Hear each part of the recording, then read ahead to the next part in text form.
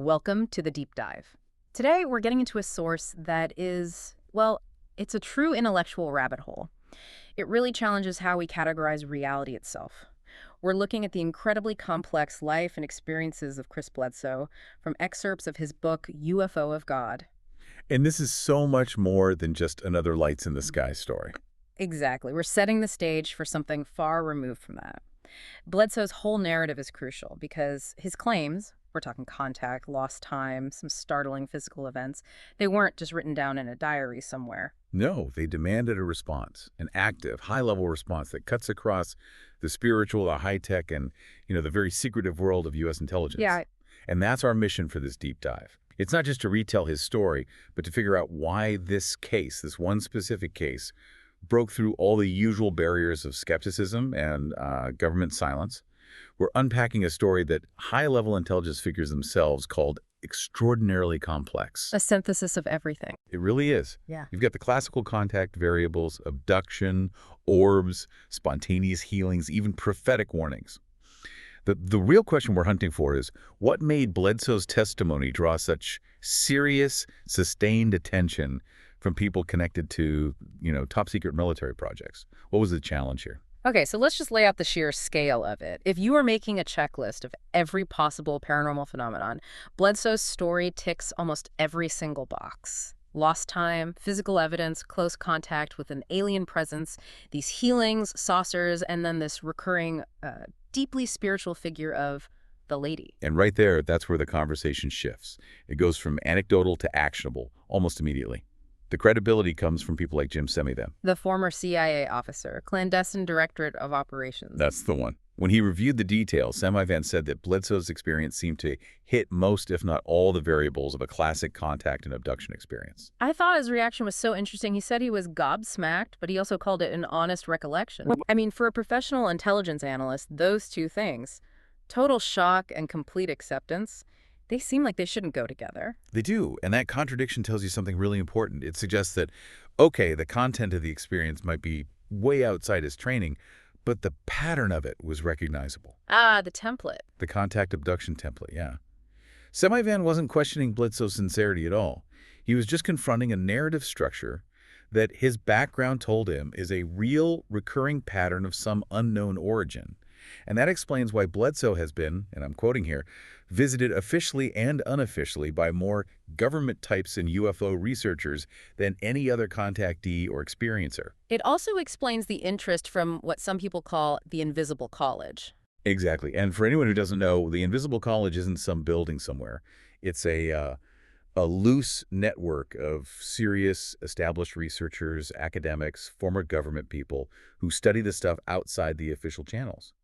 And they noticed because it wasn't just a sighting. It was a comprehensive, recurring interaction with really high stakes. And the person who really synthesizes all this is Colonel John B. Alexander, retired U.S. Army, famous for his involvement in projects that looked at, well, paranormal military applications.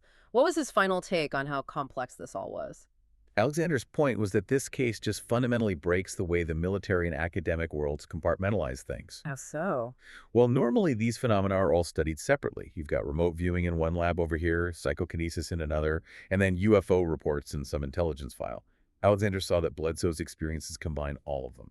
Remote viewing, psychokinesis, communicating with the deceased, spontaneous healing, and UFOs, all in one continuous story. So the problem isn't just, what is this? It's, whose department is this? And what protocol do we even use? Precisely. It forces analysts to admit that whatever is operating in the physical world is also operating in the spiritual or psychological world. And if you can't stuff it into one neat box, your security and scientific protocols just completely fail. That's why he called the case so unique. It requires a unified theory of consciousness and matter that we don't have. And that complexity, that brings us right to the element that really drives this whole story beyond just high-tech stuff, the lady. Yeah. This is where you just can't ignore the religious and cultural connections.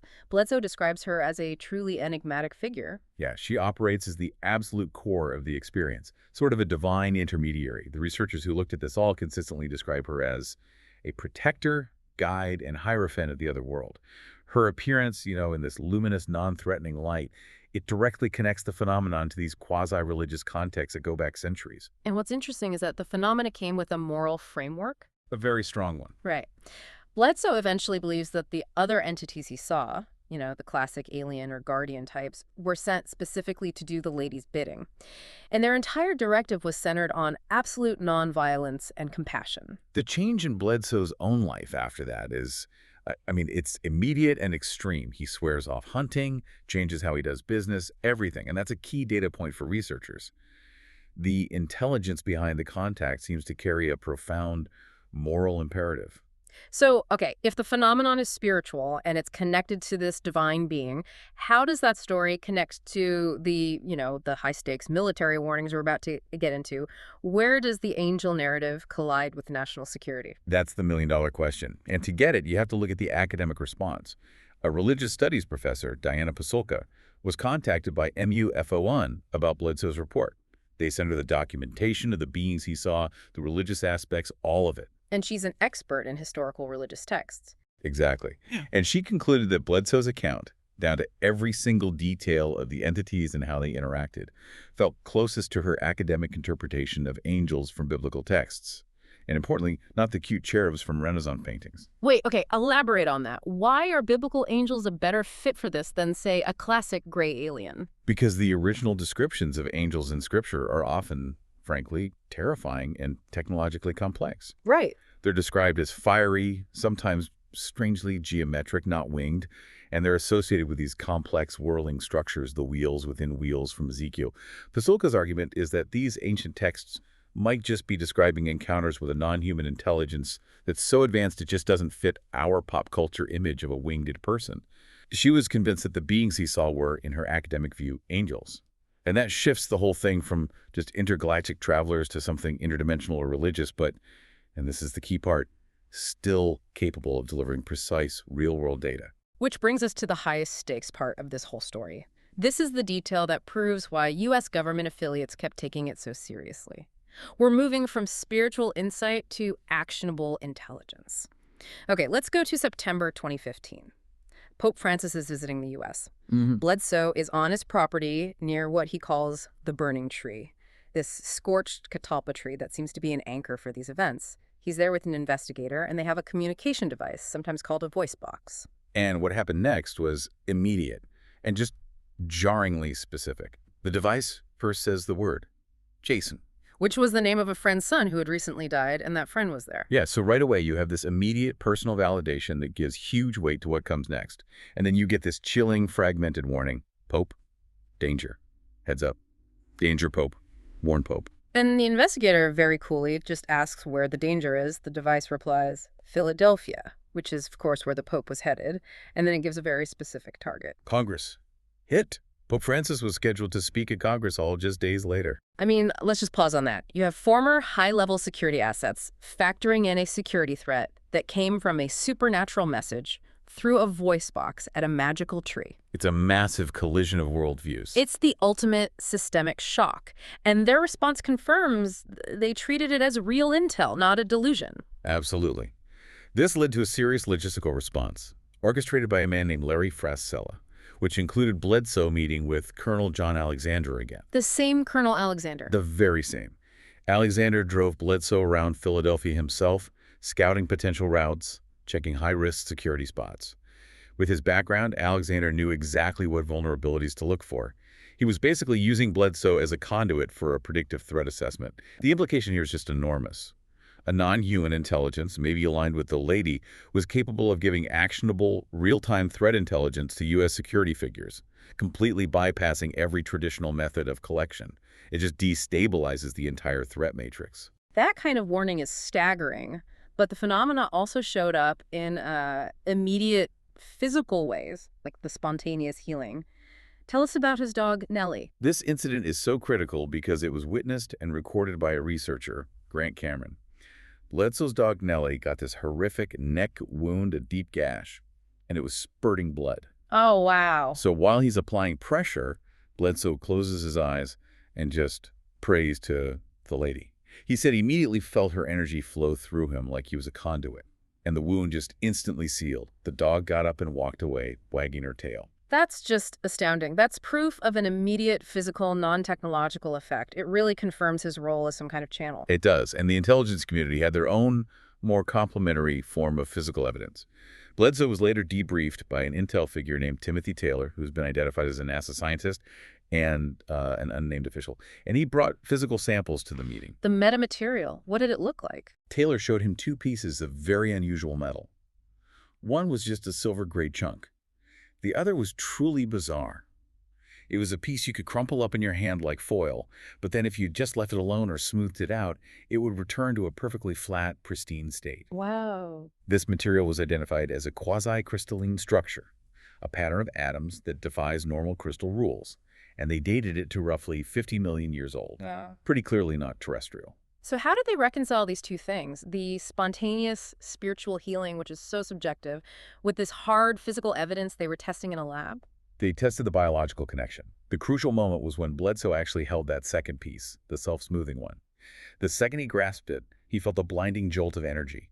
Then tunnel vision, pulsing in his arm.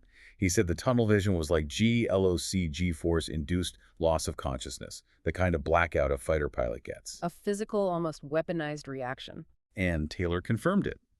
He told Bledsoe his was the strongest biological reaction they had seen from anyone they tested it on, which suggests this profound, maybe even co-evolutionary connection between certain human biology and these UAP artifacts. So the conclusion researchers drew is profound. Does this suggest some kind of biological compatibility? The man who can heal his dog with prayer also has the strongest physical reaction to 50-million-year-old space metal. The spiritual and the physical are just two sides of the same coin. This whole case, then, is just this massive challenge to everything we think we know. It ties together military concerns, prophecy, spiritual guidance, healing, and these highly advanced non-terrestrial materials. The implication is that there's an intelligence operating across all these domains, and it's trying to communicate a specific message. So what does this all mean for you, the listener, trying to navigate this world where the lines between the sacred and the scientific are just dissolving? It means that access to this kind of profound interaction might not be limited by security clearances or, academic funding. The intelligence seems to value humility over technology. You just have to recall the guidance Bledsoe himself received on how this can be experienced directly. It required humbling yourself before the heavens and adopting the same moral stance the entities themselves showed, nonviolence and compassion. The key to contact wasn't a complex piece of tech. It was a state of being. So the final instruction passed on from this case is disarmingly simple, but it's profound because it requires vulnerability. If you want to connect with the phenomena, go outside, look up at one spot in the night sky, surrender your preconceptions, and just say out loud, "I'm here." It seems the complex technology and the spiritual mystery both respond to the simple human act of recognition. It's between you and the universe.